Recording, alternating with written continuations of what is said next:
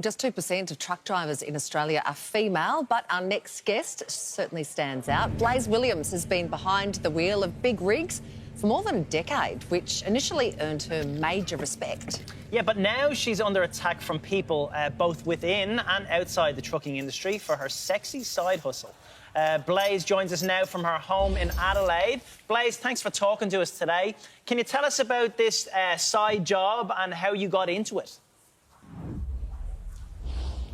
So my side job to the trucking was OnlyFans. I originally got into it through a friend from America, Heidi Lavon, and I didn't want to go on it because I thought it was only for really explicit content. And I was sort of in a financial stage in my life, like my mum had PTSD from the bushfires. She couldn't work. I'd broken my leg for 2 years. I couldn't work.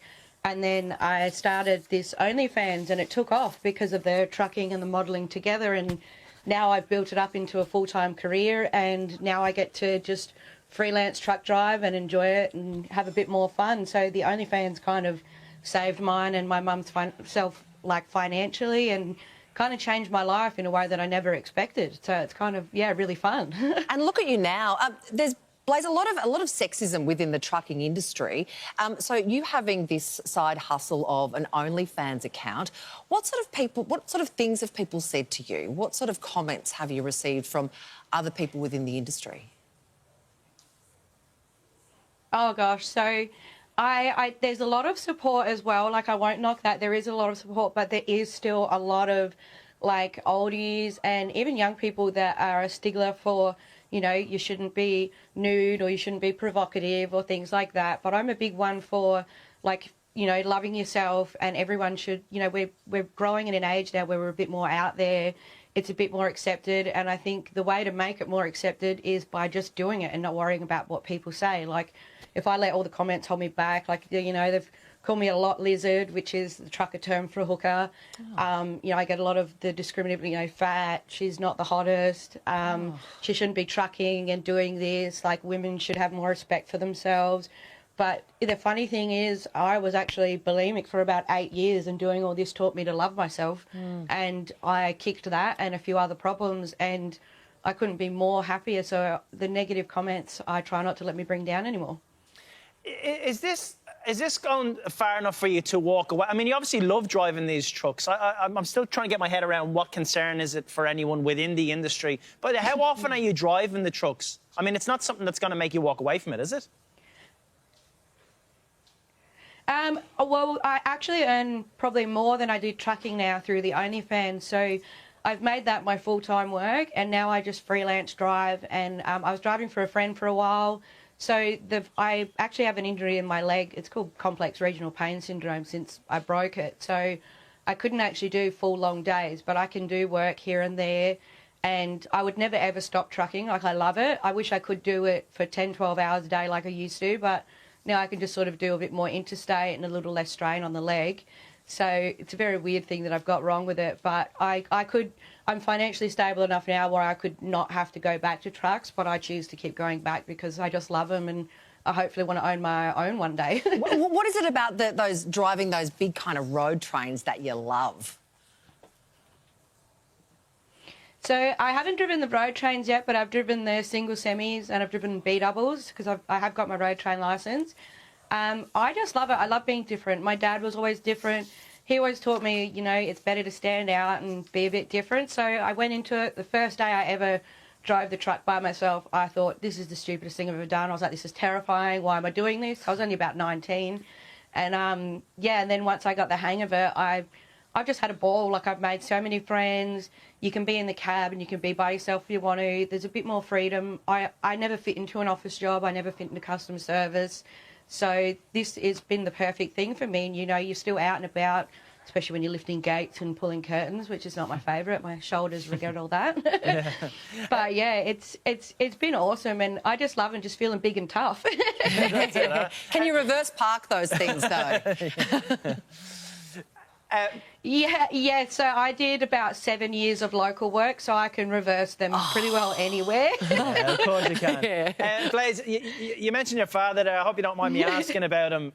He's former bikie boss Steve Williams. He disappeared without a trace in 2005. Where's that investigation at? Is the assumption that he was murdered? Yeah, so I actually have a couple of... I thought I'd bring like my first newspaper article and a photo that kind of has a bit of a funny story behind it for it. So it wasn't until 15 years that I found out the full story. So he definitely is murdered, and it was by a rival gang. Obviously, we can't say who because I don't want to end up in the same situation. But yeah, he was kind of betrayed by a friend and set up, and and then he was taken out and taken away in a tarp and a ute and disposed of. Somebody did see what happened when he was being disposed of, but they got scared and wrote threw the number plate that they wrote down away. So I kind of hope, maybe one day they'll come forwards.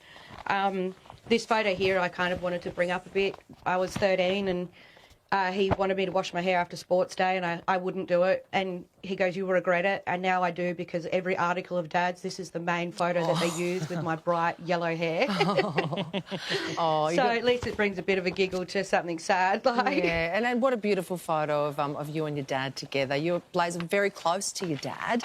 Do you think he'd be backing you and proud of what you're doing and taking a stand and not letting the haters get you down?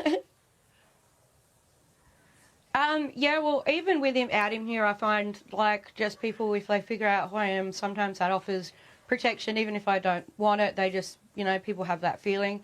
If he was here, I don't know if I'd be allowed to do the OnlyFans, but he would be proud that the level, like, between horses, pageants, trucking, my social career, I've aimed for the top and I've managed to reach there, and he was all about that. Like, as me and him were in the newspapers together before he went missing, and then I was in the newspapers from 13 to now, still with him. And then I've built my own name as well. So some people try and say I'm feeding off his story, but I try and let his story feed off of mine, because why would I build such a big social platform and not promote my dad's cold case when, we're so close to having the remains to bury? So all I can do is keep pushing and hoping that one day someone will come forward and I can finish that, that chapter of my life. Yeah. Oh, that's it. He's most definitely proud of all those accomplishments on the walls there. The trophy cabinets. That is a pool room and a half. Blayze. That's incredible. You won't be shy of things to do.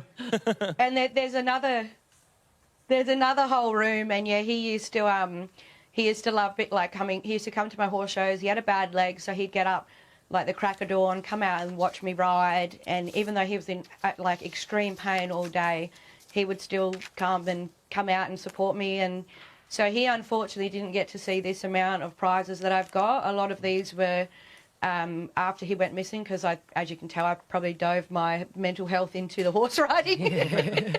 And but every time I win something, I think of him. And the heartbreaking thing for me is when I was a kid, I used to ring him straight away after telling him after what I've done, and I don't have that person to ring now. So I find myself sitting with my trophies or forcing my friends to look at them. Yeah. Well, you're a fascinating person. We've enjoyed talking to you this morning. To find out more about Blayze's adventures, head to blayzewilliams.com or her Insta page, or OnlyFans for that matter. Blayze, thanks so much for talking to us today. Thank you, Blayze. Yeah. Thank you so much for having me. Have a great day.